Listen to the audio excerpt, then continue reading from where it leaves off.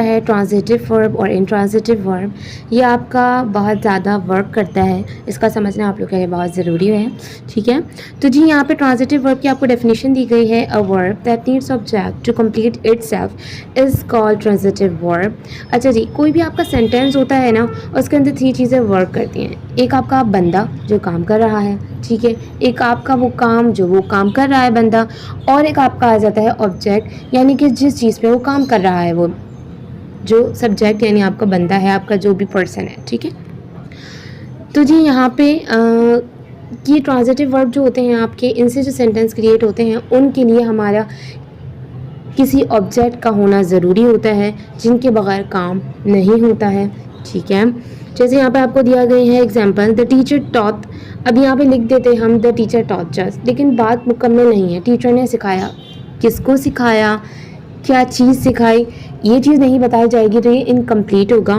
तो इसके लिए आगे मज़ीद इन्होंने क्या लिखा, the teacher taught her class about grammar. ठीक है, अबाउट ग्रामर, तो यहाँ पे टीचर ने जो है अपनी क्लास को ग्रामर के बारे में सिखाया है। ठीक है, तो सिर्फ ये बात कह देना कि टीचर ने सिखाया, अब क्या सिखाया, किसको सिखाया, वो नहीं बताएंगे तो इनकम्प्लीट रहेगा। ठीक है, तो वो चीज़ें जिनको कंप्लीट करने के लिए ऑब्जेक्ट की, यानी वो वर्ड जिनको अपने आप को मुकम्मल करने के लिए किसी ऑब्जेक्ट की ज़रूरत होती है, वो आपके ट्रांजिटिव वर्ब कहलाते हैं। जैसे आपके पास दूसरी एग्जांपल दी गई है, the man ate an apple. अब हमने कह दिया आदमी ने खाया, अब क्या खाया वो ही नहीं पता। ठीक है, तो आगे बताया गया कि भाई सेब खाया है। ठीक है, तो खाने को कंप्लीट करने के लिए बताया गया कि क्या चीज़ खाई। हमारे पास नेक्स्ट जो है वो है इंट्रांजिटिव वर्ब। अच्छा जी, अब ये जो इंट्रांजिटिव वर्ब होते हैं ना, ये बिल्कुल उलट होते हैं ट्रांजिटिव के। ठीक है, इनको अपने आप को कंप्लीट करने के लिए किसी ऑब्जेक्ट की ज़रूरत नहीं होती। ठीक है, इसकी डेफिनेशन का मतलब वही है जो मैंने अभी आपको उर्दू में बताया। ठीक है, जैसे यहाँ पे लिखा गया है क्राई, वॉक, स्टैंड, लिसन। ठीक है, अब सामने आपके पास एक एग्जांपल है, ही इज़ क्राइंग, वो रो रहा है। अब रो रहा है तो रो रहा है, अब उसको कंप्लीट करने के लिए किसी ऑब्जेक्ट की ज़रूरत नहीं है। मैं कह सकती हूँ आई लिसन्ड, हाँ जी मैंने सुना। ठीक है, अब सुन लिया, ठीक है, बात समझ आ गई, हाँ भाई उसने सुन लिया। ठीक है, तो ये इंट्रांजिटिव वर्ब है, अपने आप को कंप्लीट करने के लिए इनको किसी ऑब्जेक्ट की ज़रूरत। अच्छा जी, नेक्स्ट वाली जो हमारी आती है वो आपका हेल्पिंग वर्ब या फिर ऑक्सिलरी वर्ब, दोनों कह सकते हैं, आपको दोनों सूरतों में मिलता है, वो आ जाता है। अच्छा जी, ये वो आपके वर्ब होते हैं जो अकेले तो कोई मतलब नहीं देते जब तक ये किसी दूसरे वर्ब के साथ ना मिल जाए। ठीक है, होते तो ये भी वर्ब ही हैं, लेकिन इनको अपने आप को कंप्लीट करने के लिए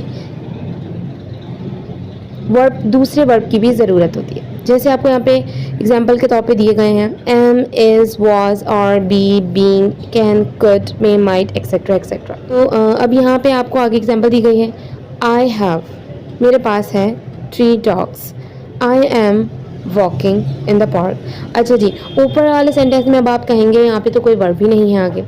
हाँ जी, तो कभी कभी ऐसा होता है कि ये खुद भी वर्ब होते हैं, यहाँ पे हैव खुद वर्ब है।